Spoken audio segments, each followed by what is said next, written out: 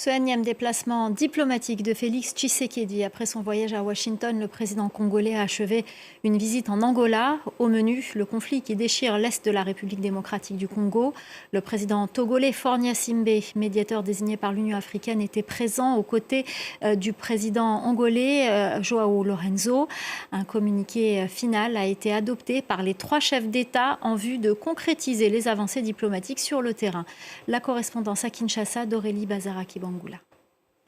2 points importants sont ressortis de cette rencontre. D'abord, l'Angola est mandatée pour engager des consultations avec toutes les parties congolaises concernées par le conflit. L'objectif, c'est d'aboutir à la tenue d'un dialogue national.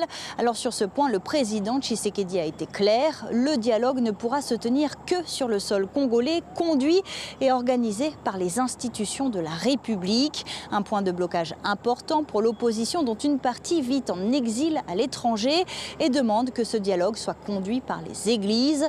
Autre point important de cette rencontre de Luanda, les parties en conflit sont appelées à déclarer un cessez-le-feu qui entrera en vigueur à une date encore à convenir. Alors plusieurs cessez-le-feu ont déjà été décrétés sans résultat, mais cette fois, les autorités congolaises et l'AFC M23 se sont mises d'accord sur un mécanisme de vérification du cessez-le-feu. La MONUSCO a été appelée à jouer un rôle de soutien dans la surveillance du respect du cessez-le-feu.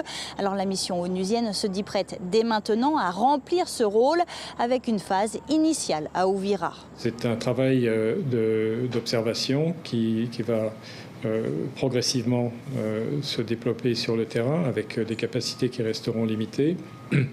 Et ce que souhaite faire la MONUSCO, c'est commencer par, de manière graduelle, encore une fois, par des reconnaissances aériennes sur cette zone. Pour le faire, il faudra que nous ayons toutes les garanties de sécurité de la part des acteurs sur le terrain pour que nos hélicoptères et nos personnels puissent se déplacer sans danger. La MONUSCO ne donne pour l'instant aucun calendrier. La mission onusienne rappelle qu'elle n'a pas les leviers nécessaires pour pousser l'AFC M23, le Rwanda et les autorités congolaises à respecter leurs engagements pris à Washington et Doha.